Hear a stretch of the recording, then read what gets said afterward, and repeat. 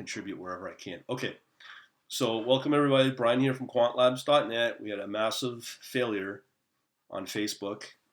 Trying to do a Facebook Live group and kind of got nowhere. Let me just open up my screen here.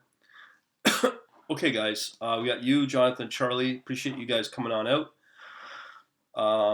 Okay, let's talk about FX. Now, if you want to get into the discussion via voice, that's cool. If not, just type it up in the chat box. Okay, so let me pull up my Word here and get back to where we were.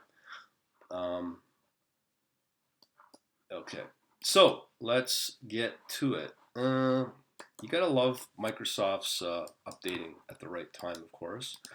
Okay, so let's talk about what drives the FX markets. Okay, so I'm gonna pile a list. I started with 3 things: trading between countries. Now, I'm looking for answers from you guys because I've got my own set of strategies in play, or it will be activated soon, and I got to pile more. I've got lots of people that contribute, so I'm looking for you guys, what you want to contribute, what you use. If you are a trader in FX, I know Jonathan, we had a lengthy talk last night. Put up that video if you haven't seen it. And I think the futures market, options market drives all that. So even if you don't know what drives the markets, there's no right or wrong answer here. What I'm looking for is some participation on this because I think it's important to the whole idea of these is to get an idea of what people are using in their trading or what they plan to. As I said, I've got the three major ones. Depending upon your frequency of trading on Forex, you can do obviously intraday, um, you know, end of day, you could do end of week, and a variety of different positions and time horizons you can trade on. Question is, in my case, for my FX, I'm looking at probably long term, 30 to 90 day holds. I've shown some examples in the last few months on how to do it. The big place where you get most of your profit is through volatility. I've got a lot of videos on this topic, but it's volatility with leverage that gets you your profit. Because when you're trading on 0.001, you're not going to get a lot of profit. So Charlie asks, what do I do? Charlie, I'm not sure what you mean. What do I do? Are you asking me what job I do? If you could be a little more specific, that would kind of help. And let me know. The time frame. Oh, I see what you're saying. Okay. The time frame, like I said, I'm looking at is 30 to 90 day holds. Obviously, the nice thing about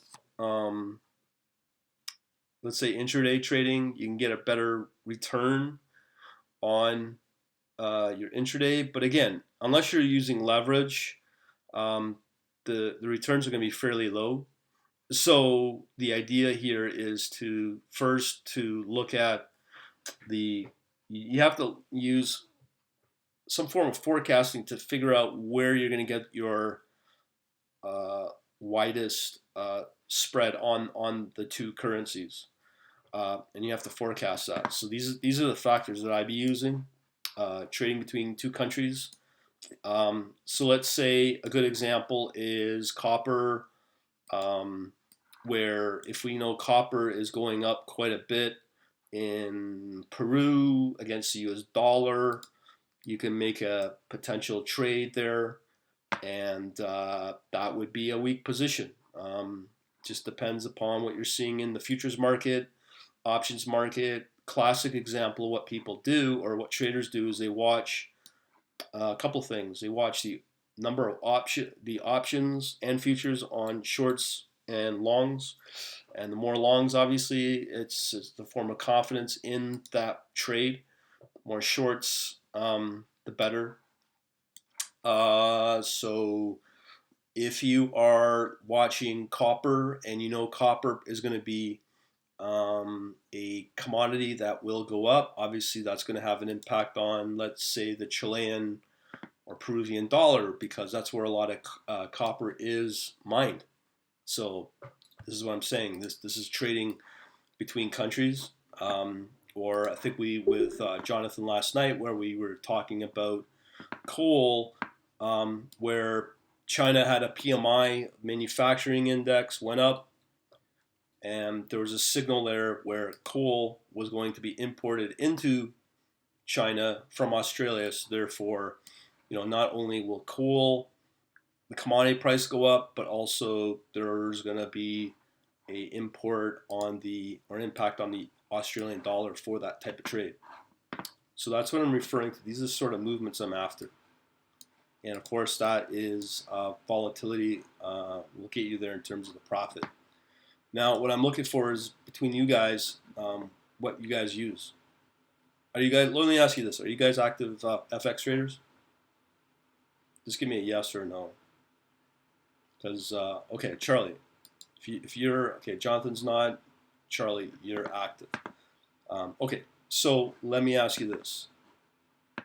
So you're looking at macroeconomic news. Give me some examples on Charlie. So I'm going to type these out. Interest rates, yeah, that's where my central bank comes into play. So I'll highlight that. What else you like, Charlie? So you're watching interest rates. What else are you watching? Are you watching economic activity like inflation that impacts the dollar? Retail sales, okay. So I put that. Okay, what else are you watching? Inflation, okay. So let me ask you this. Okay, that's 3 examples. That's cool. So let's say Trump comes into power. Okay, so you're also watching the central bank speeches. Do you trade into central bank news? Like, if you have an automated system, and do you have an algorithm set up going into the announcement with a central bank, or do you actually turn off your algorithm and then you have a set of algorithms ready to go after what comes out of the speech? Which way do you play it?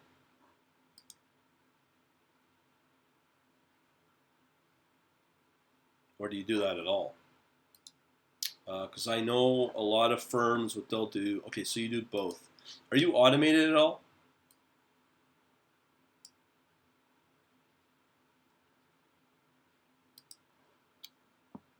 Like I said, Charlie, if you want to unmute yourself, you can do that. We can talk via voice.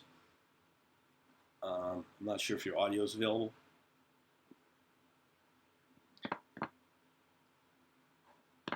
Okay, so your economic figures are automated. Is your execution automated? So okay, doesn't matter on that. But let's talk about. So you're using Federal Reserve announcements. Um, so let me ask you an example. If you have Trump comes to power, I don't know if you've seen today's chart, but all of a sudden inflows into inflation ETFs spiked. So everyone's now talking, they expect inflation under Trump.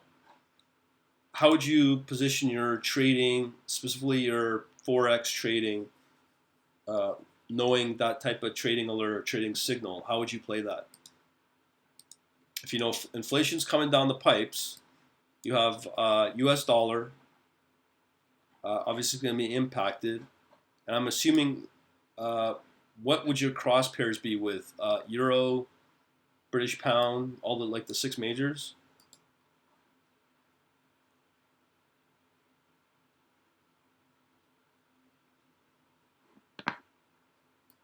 Okay, so inflation would mean their interest rate should go up. Okay, so you'd long the dollar. Okay, that's fair. And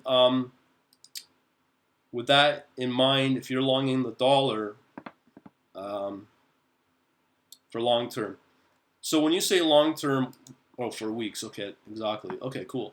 So would you expect the let's say the Fed to, knowing what we know today as an example, that the Fed will raise interest rates in December as inflation is expected to go up? Do you anticipate um, the the U.S. Fed will increase their interest rate hike or do a rate hike in December? Do you anticipate that? And if you do, what would you use to gauge that kind of call?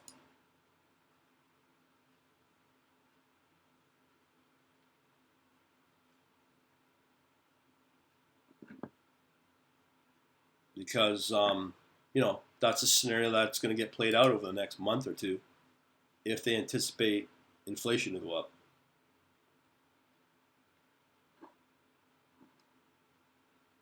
So you're just trading exclusively off the news. You're not watching, um, I guess you could say, the probability of a hike. Okay, well let's talk about that. So if you're anticipating uh, the probability of a rate hike, what metrics do you use? The news, and then I'll leave it for a week or so. Okay, so you're just exclusively trading off of news, nothing else. You're not looking at anything else, no other factors. If inflation and then the Fed's going to raise rates, you're not looking at anything. Yeah, exactly. Like, what other things are you looking at to measure that call if you anticipate inflation? But so you're using retail sales. Yeah, I'm talking about interest rates, which will obviously impact the dollar, which you'd say would long the dollar, right? So you're looking at economic activity to see if the Fed will raise rates. Is that correct? You'd use like economic activity, as you said. You got okay. So you're looking at economic news. See, okay, exactly. Okay, so that's what I thought. Okay, so if you're looking at economic data, I'm going to anticipate you're looking at PMI, housing, consumer sentiment, retail, factors like that, and then that's where you build your probability. Is that correct?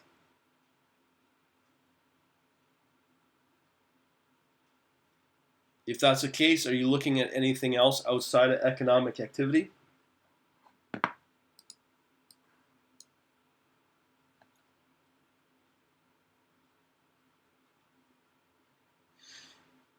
So essentially, you're doing the same thing as okay. So all you're really using are economic activity, or are you using other factors as well outside of economic activity? So you're using 20 or more indicators to make bets. Are you looking at the options or the futures market at all, at the data there? Like, what sort of things are you looking at?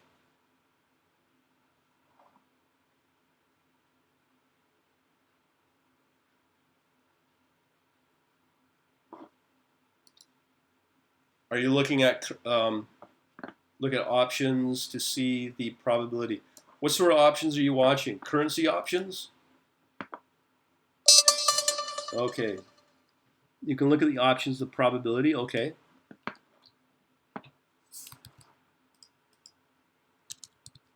Okay, Jonathan says, do either of you know of any good quant studies in the last few years for a R square of these news events, PMI? Just hang on, Jonathan. We'll get that in a minute.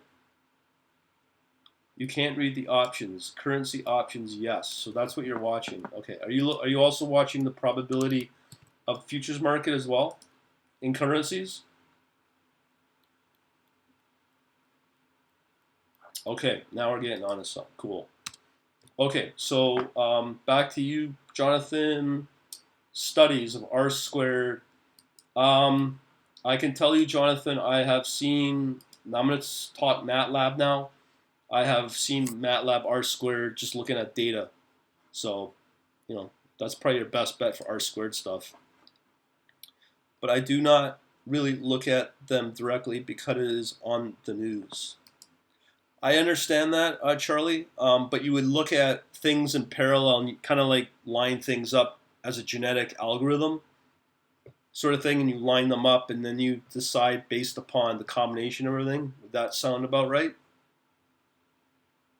Okay, that's what I'm thinking. Do you also use commitment of trader reports as well?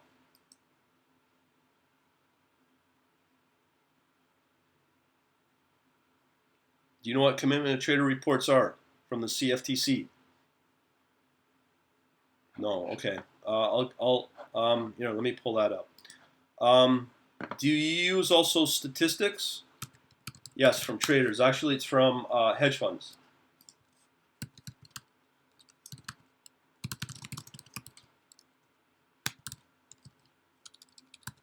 Okay, we talked about last night. So as you can see here, it's from the CFTC.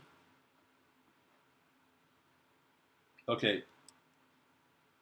So you don't look at it, but you don't use it as one of your found. I do believe they include currencies in here. Somewhere in here. No problem. CFTC, I'll put that in the chat box. Do you ever use statistics as well, Charlie, as well?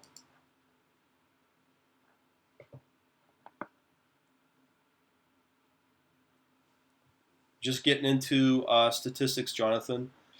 But very simple. So you're just doing normalizing and just using typical metrics like standard deviation, mean, and all that.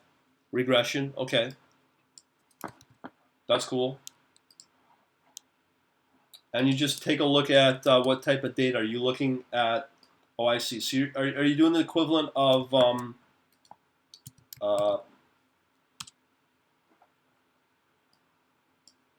okay. Are you also using to understand the like what data are you using? The actual pricing data of currency? Are you actually using the pricing, the currency pair pricing on as the data?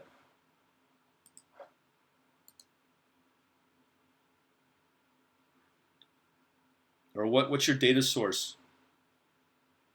Or the actual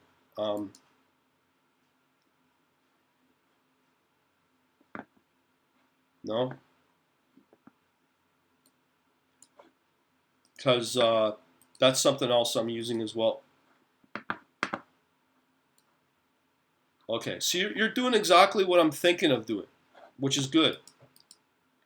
Another question is, are you also using the analysis on the momentum versus negative returns versus positive returns over a certain time period?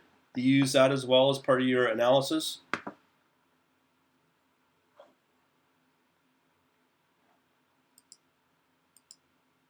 No, not really. Okay. Just that's something I like to look at. Yeah, it's sort of like if you have, let's say, a year's worth or a month's worth or 90 days worth of pricing data, and you see more negative than positive, then obviously you know you're in negative momentum potentially. I mean, you have to do better analysis, but it's just another trend analysis. Something I like to look at.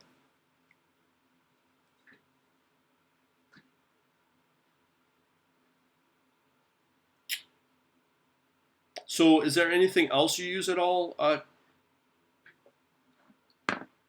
So you just look at the data and see if it predicts the next move. Oh, I see.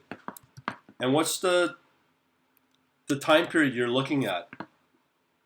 Are you looking at the end of week? So are you looking at end of week or end of day?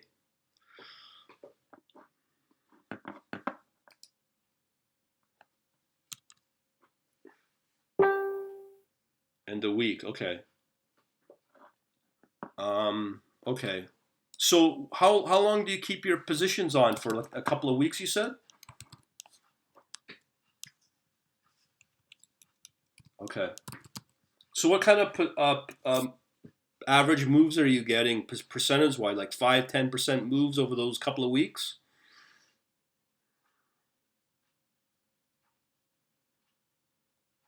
Okay. And how many currencies are you trading right now? Like how many different currency pairs? So you're just doing euro, US dollar, you're not doing multiple pairs? Like, I don't know. Okay, Canadian. Okay.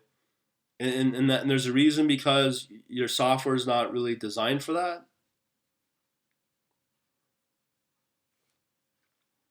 And who? Oh, right. Of course, I know about that. Yeah. Are you also who's your broker? Are you using Interactive Brokers or more like an Oanda or? So you're only trading. I think it's what 11 pairs that you can play with, right? Plus futures. Okay. So I'm gonna assume you're trading oil and gold and all that too, but we'll worry about that at another time. So you're essentially like myself, where you're just doing exactly what I'm thinking of doing. Right. Interesting. So you're doing you're really a fundamental trader. And are you applying any technical analysis in your trades at all? Like moving averages?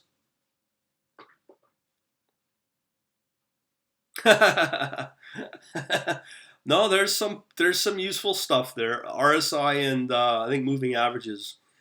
It's good for when you put on positions to close out a position.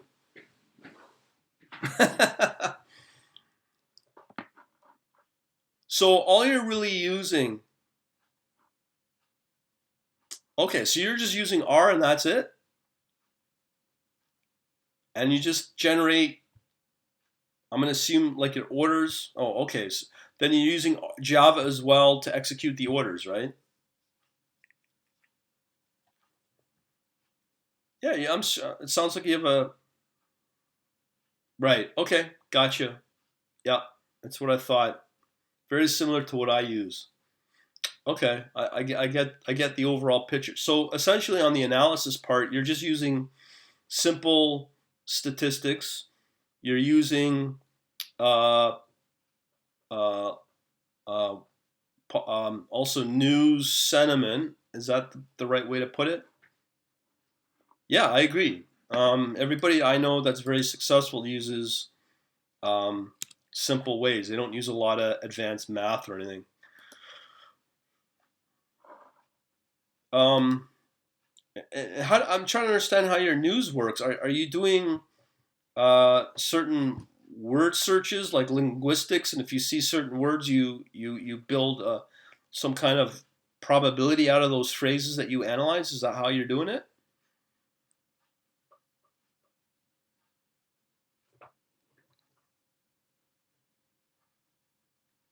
Oh, really? So you're using Black-Scholes as well. Is that more? Yeah, I know. I know it's basic. Yeah, I know it's very basic stuff. Because now, are you using Black-Scholes for your options analysis and futures analysis? Thought so. Yeah. So you're watching Greek analysis and all the premium stuff and all that, measuring risk as another way of doing it.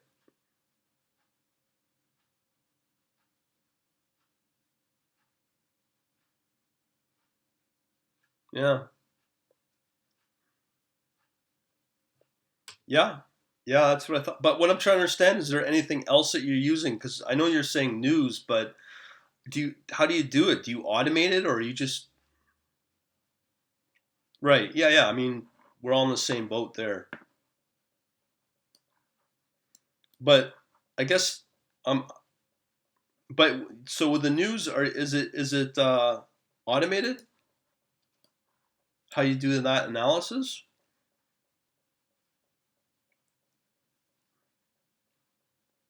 And you just do I don't know, keyword searches and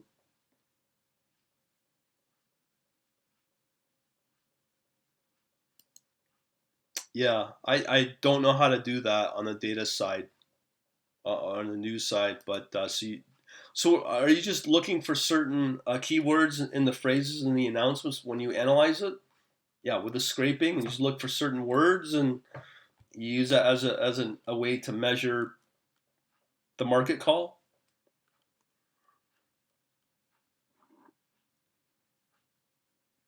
You look for figures like plots.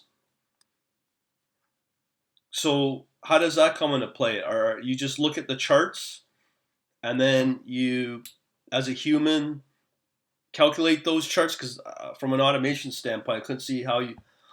Okay, so you're looking at, you scan for the numbers. Is that what you're saying?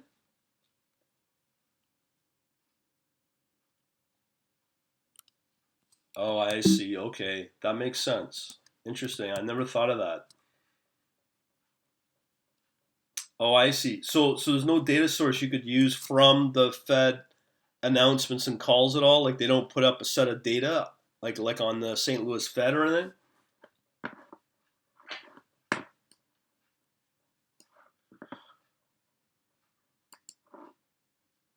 Yeah, but the problem is the question is that done in real time? Because you obviously, well, it doesn't matter because you're trading end of week anyways.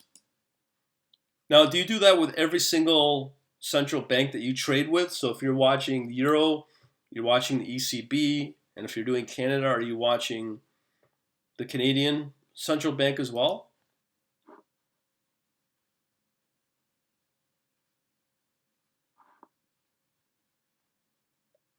Right. Okay.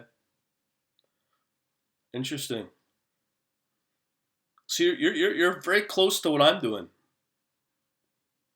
Oh, I know, dude. I've done analysis and downloading. I've got lots of sources.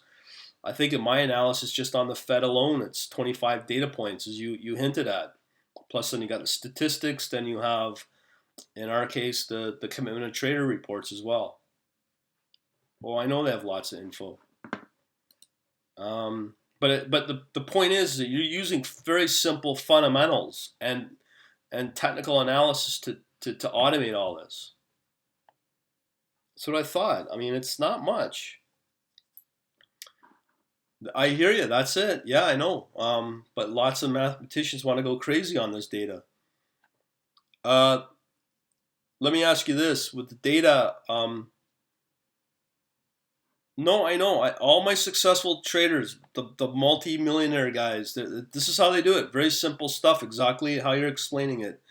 The question is, I mean, for your results, would you say you're profitable? What, 50%, 75% of the time on your calls, in around like more than 60, 70% of the calls that you make are profitable?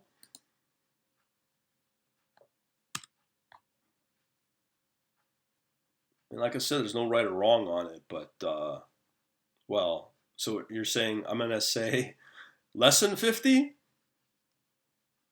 dude. If you're honestly, if you're at 70%, there you go. Why do you need to complicate it any more than that? That's what I thought there is. So when you put on a decision or a forecast, like you're doing this pretty close with with confidence. If you got those kind of calls, that's amazing, dude.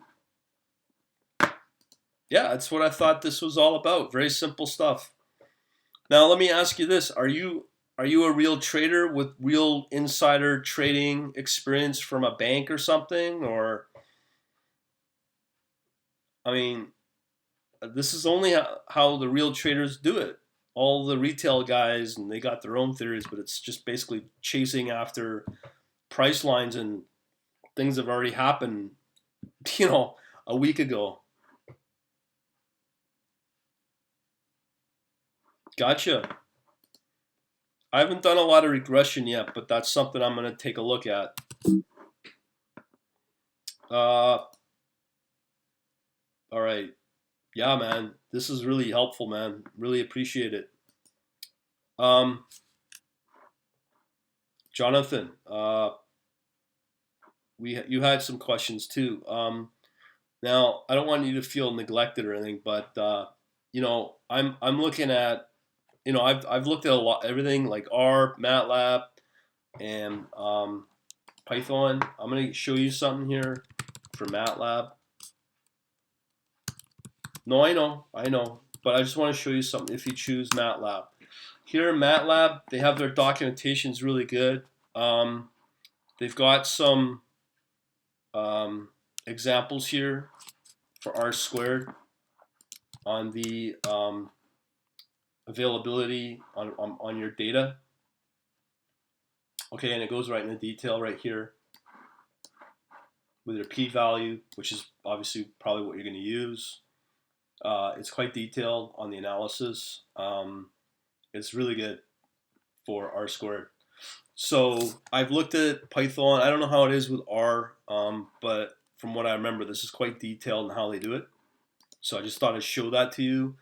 And Python can do its job too, but for my analysis on different pricing or data, this is probably how I'm going to do the R squared. And they also have examples for financial as well. So their documentation is quite excellent for this.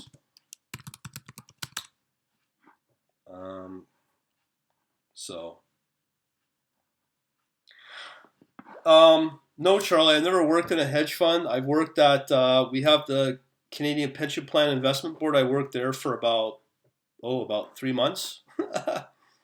Got to know one of the head trading desk guys. He was a cool dude. But this is how they do it. All this sort of stuff. They don't do anything really exotic. Jonathan, I know how to calculate R squared, but for a multi-factor model, can I get more complicated? I bet some of these banks and some traders have models how each variable news event moves the price momentum. Maybe, I can't say, but I think with Charlie here, he just kind of validates just another story where they keep it simple. With a multi-factor, multi-variable, I think that I don't know if it would extra complicated. I'm not sure, but I can't really know until I test it. But the way I look at it, the more data you have, the higher your probability when it comes to your calls. But on the other hand, when you get like Charlie saying, if he's got 75% win rate on the simple stuff, adding the extra layers of complexity, is it kind of gets to a point, I don't know. I can't say if and when it may become overkill. I don't know. It just depends on your testing. Yeah. I did some months. Yeah, now, Charlie, I guess the question is, where'd you learn this? In the financial institution? Do I use order flow? When you say order flow, do you mean I analyze it like bid and ask? Is that what you're asking? Okay. That's what I'm saying when people ask order flow. Okay. So I mean orders. Oh, I see. So to analyze the book right, to analyze books. No, because getting that data is pretty tough. I think with level 2 you can get it through IQ Feed.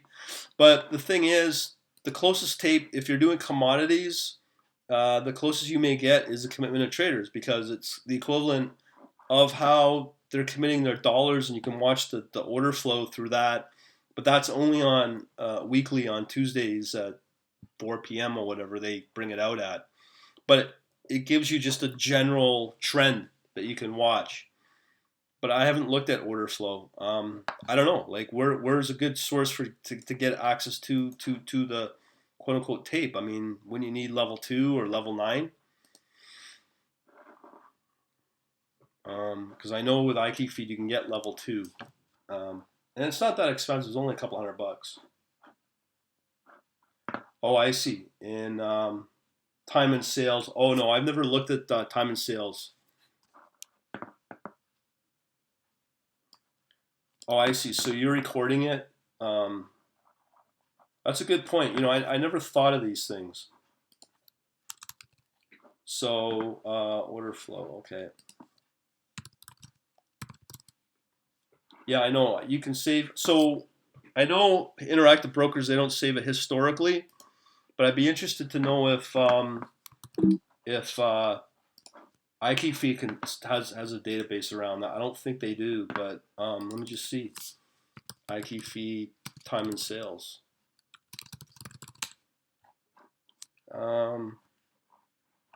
No, I don't think they do. So what you're saying is that I guess they may have something here. Let's see what they got. Um,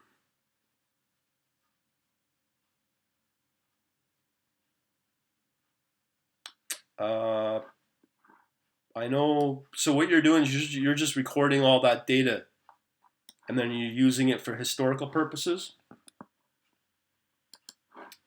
Yeah. So are you recording your own data for that? Yes. Okay. So how far back have you, or when did you start recording it?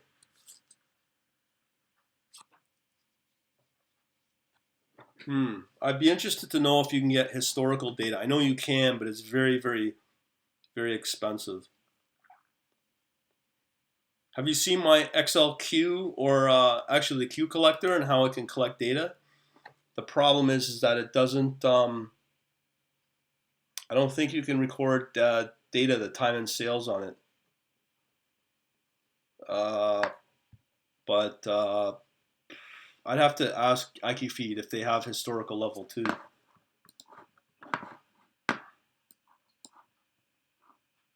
Yeah.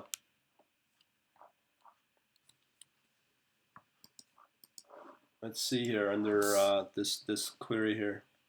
So is this just that's just another way that you're going to analyze the forex markets is with time and sales, right, Charlie? Is that what you're asking, or what you're saying?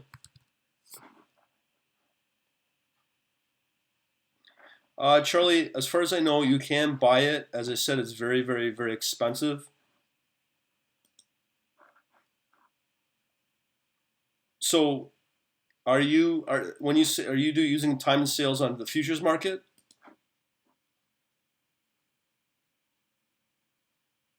So here's some sources here that you can go TAQ. I'll have to do some analysis on that. Hmm.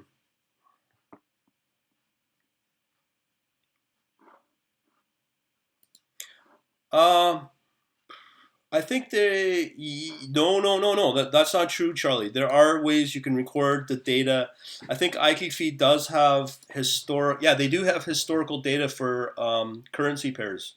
That I know. So if you go to IKeyFeed, sign up to their IKeyFeed, sorry, FX service, you can get access to their historical tick data going back like years. Oh, I see. Um, yeah, you get volume, sales. I'm assuming you mean price, but yeah, you do get. Well, they do have volume there, but you can it goes back. I believe 9 years, so that would be a good. You don't trust the volume, huh? Hmm. I don't know. If it you find that I'd have to do some research to see how useful that would be. But maybe one of these links here would help. But I know. Oh, so you want to get exchange data? I see. Okay, yeah, I know on exchanges that's where it gets very, very, very, very pricey. I don't know if you remember London Quant. He got his, but he was paying like $500,000 for level 9 of the last 10 years. Oh, I know about the brokers and how they steal with you on the market making. I've talked about that quite a few times. I mean, let me ask you this: you do stop losses, but they're virtual, where you're not signaling to the broker, right? What you're doing, right? That's a pretty well, yeah. So that's a standard. Yeah, a lot of the retail traders get killed that way, without a doubt. Um, yeah, nobody likes it, but that's just the way, the nature of the beast when it comes to brokers. I think. Go ahead, Charlie. But I don't think IB is as bad. No, I haven't tried commodities. I've only done equities from my experience. Um, Commodities is one of the big things I want to look at. Gas, oil, all of it. But have you seen the copper? It did quite well in the last week for about a week run. It went up almost 50%, I believe, and zinc has gone up as well. So those are nice places to play. Another place that I'm looking at is emerging markets, the indices or indexes of emerging markets, all based around economic activity. Yes, I firmly believe that supply and demand on metals. If you're part of my futures and options course, the UCS Davis course, they talk about cost of storage, which impacts price. Um, you look at that via. That's a good question. I'm just speaking off of theoretical. Um, that is a good question to get a supply. Actually, no, that's not true. If you look at associations, commodities and traders is the place to go. Right here. Let me just pull up that chart. Right here. If you want, you can get all the gas, electricity, petroleum. Let me just show you this one. So you can get all that here. All that right here. It has all the volume and the number of contracts put out. That's your supply and demand right there. This is both on the merchant level and the managed money level as well. So you would watch the producers and merchant on what they're doing on their positions on the short and long on their volume. So that's a good place to go. So right now I'm looking at petroleum, which is gas and oil. Good place to go. You can download this data from commodities and traders reports from the CFTC. It's probably your best bet because it's all stored historically as well. But you can get access to this every week. So it has everything: metal, energy. Um, it's an amazing set of reports. This is your best place to go. Commitments of here, I'll put it in here for that. Yeah, that was a tip I got from a set of professional traders. A lot of people don't know it, but this is where you can get all that info, and you can start recording it as well on a weekly basis. But I do believe they have historical somewhere in here. There you go, historical viewable. And you can just download it, and it's an Excel format. So here you go, 16, 15, 14. Let's see how far back it goes. It's pretty. There you go. Goes back to 2005. There you go. There's your data. You can build a nice database from that. I don't. It's possible, but this is the government. Well, it's an association, right? So this is probably your best resource because again, this is from the Futures Trading Commission to get all that data that you're looking for. You can get it, and you can break it out by month as well. So you can get all that for free. Va va va boom. Glad it worked out for you to help out. This is what it's about. We share information back and forth, and this was really good for me, Charlie. Really, really, really, really helpful, dude. I think with you helping me out, man, this really confirms the theories that I've had about trading on the futures and FX side, like currencies from the FX and options point of view. That obviously impacts the markets. So this kind of matches or aligns very closely on how I'm wanting to do it as well. So yeah, thanks, man. Anything you want to contribute, Jonathan? I don't want to. You have a question, Charlie or Jonathan? By all means.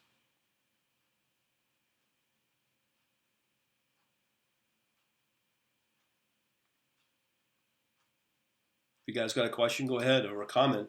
Don't be shy. No, go ahead, Charlie. If you got a question or comment, just that same question. At which dealer LQ used for IV? Oh, to be honest, John, I can't remember the level 9 where he got it from. I know it was an exchange. It was out of Europe. I can't remember it. Charlie, you're from France, right? Give me some of the big commodity spot exchanges in Europe.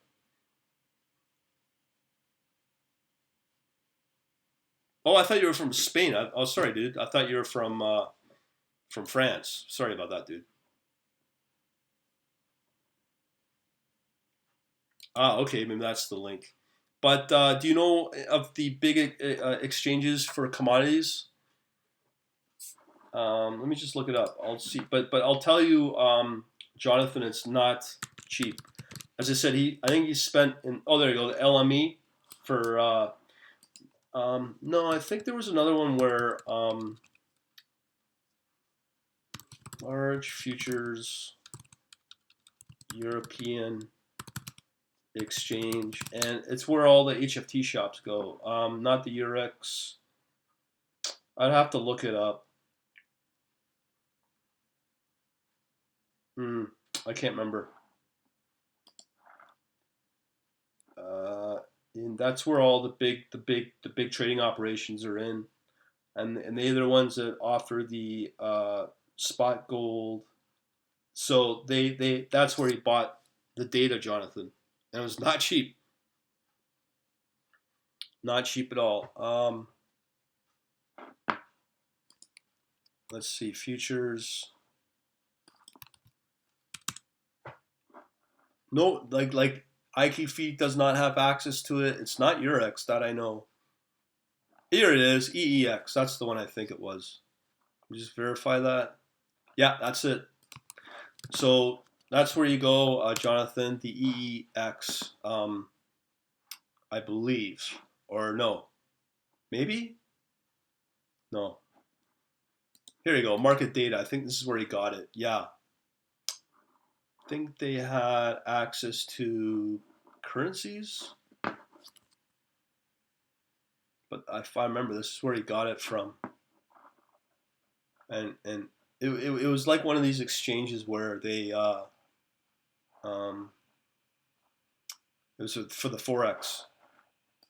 Not sure if it was this, but it was similar, and he spent a lot of money. I think he went after the market making data actually. Yeah, he spent some big money for it, but he was just interested in the forex. Hoping to help you out, Jonathan. Well, he started trading and then he evolved into market making. I know that's how he evolved. Because to be honest, that's where the big money's at. I mean, the exchange is basically paying you to provide liquidity through the refunds and rebates. It's a pretty sweet setup, as long as you know what you're doing. But it was similar to this. Um, and yeah, Charlie, I owe you a big gratitude of thanks, man. I learned a lot from you. That's why I was hoping to do this. I'm planning to do something next week on portfolio analysis, statistics, performance on portfolios. So if you want to be part of that, be awesome.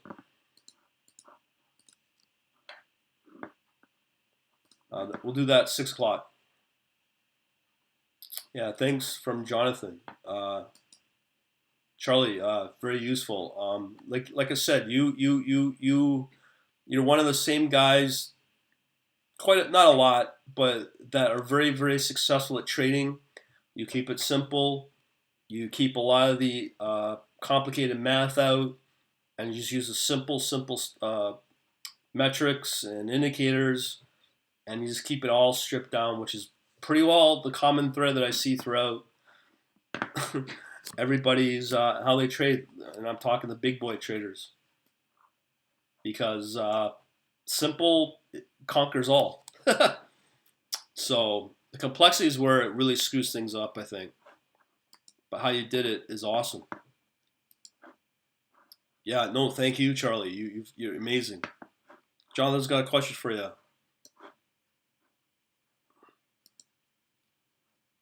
Are your regression one or many variables?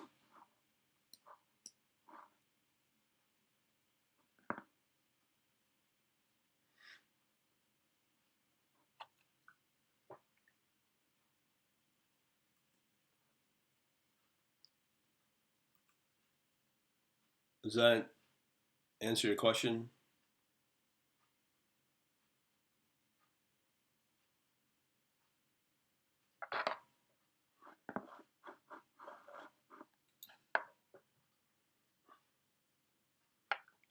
So I'll let you guys talk it out, hug it out.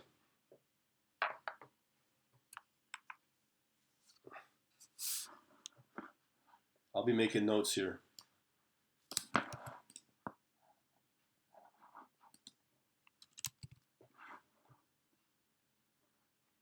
Uh,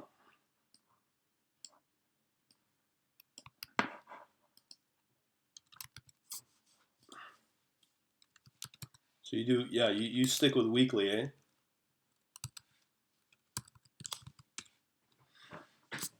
Anything else you got, Jonathan?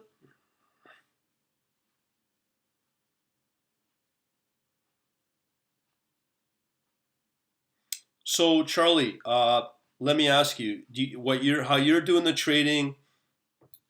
That's pretty well how you think everything. Many news and weekly basis. I like it. Many news and weekly basis. So that's pretty well how you think and you trade the markets in FX. It's basically what we talked about. And it's all driven through the futures and options market, eh? Currency futures, currency options.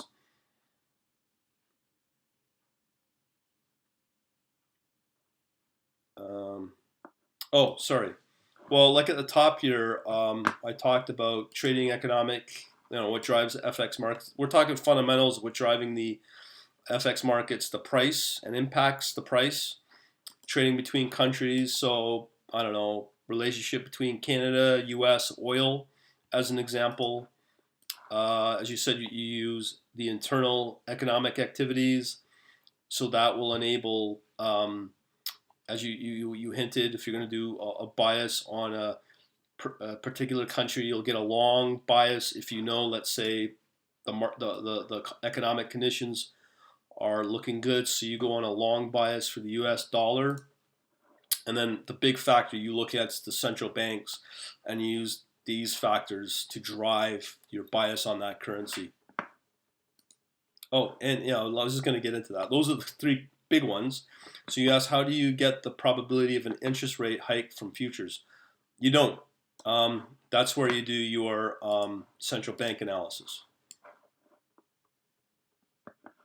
Yes, I know. There's the dot plot stuff, as you said, for the hike numbers. Yeah, that's for the U.S. Fed. In terms of, there are other factors as well, but you obviously, I find that will drive the futures market, and futures currency is driven by commodity. If there's a country that's heavily commodity based, like I said, Canada, which is oil, the price of oil will impact the Canadian dollar, let's say, against the US dollar. So that's all going to be driven by the futures and options market. And then that will impact the currency markets as well. But in terms of federal, as I said, there's no real relationship. But it does impact the bias on the currency. Does it make sense what I'm saying? Okay, cool. So I think we're in sync with everything what we're talking about here. And so for you, Jonathan, what we just talked about tonight is exactly a good portion of my FX strategies built around exactly what we're talking about, to get measurement out of forex trading. And as Charlie's hinting here that how he does it on a weekly basis. But I think you can also kind of do it on a daily basis. But these are the factors that you have access to for the weekly analysis. And then obviously you're using news sentiment too. Obviously I'm not an expert in that, but you're using the numbers that you can get out of the charts, which makes sense. You guys got any comments or questions so far? But again, Charlie, I owe you a big gratitude I owe you a big gratitude. Dude, this was awesome. And we'll do the same thing, but portfolio analysis or portfolio performance and statistics, so we can do that. Oh, thanks, Charlie. I appreciate it. That's why I do this, because we learn from each other, and that's what I'm trying to do. I just wish more people would come in and participate in it. I'm not a mentor, dude. Yeah, I'm learning a lot from you as well. So, and Jonathan contributes obviously, and it's just a big community that we learn from each other. So that's the whole point of it. Yeah, haha. Wish there was emoticons in the chat box and for GoToMeeting. I'll send you over a couple of beers. Charlie, are you in Barcelona? Oh, there he goes. He's got one. Madrid. Okay. I'm looking at Barcelona right now. We'll talk. So we can give it a wrap up for tonight. As I said, next Monday at 6 we'll do another one, but we'll do the performance metrics or performance statistics on the portfolio. Do you manage money from other people? No, I won't do it. I find it's kind of risky, and it's just the liability that comes with that. It's just not worth it. I mean, there are people that do it, but I'm not licensed to do it, and I wouldn't do it. I mean, signal generation is one thing, but managing people's actual dollars, no, I wouldn't do it. Maybe at a later time if I get confident, but I think the way you're going, you could easily do it if you're not already.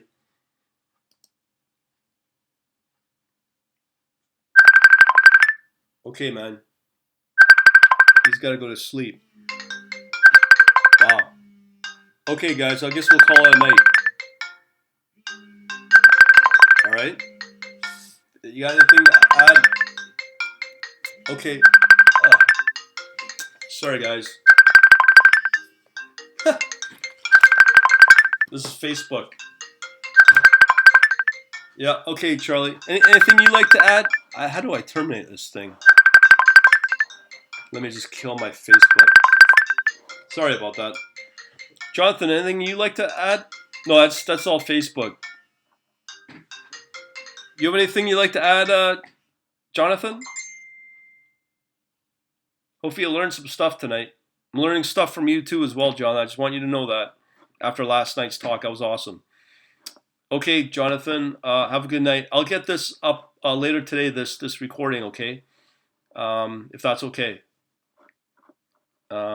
Just let me know if you don't want this recording put up on YouTube. I won't do it.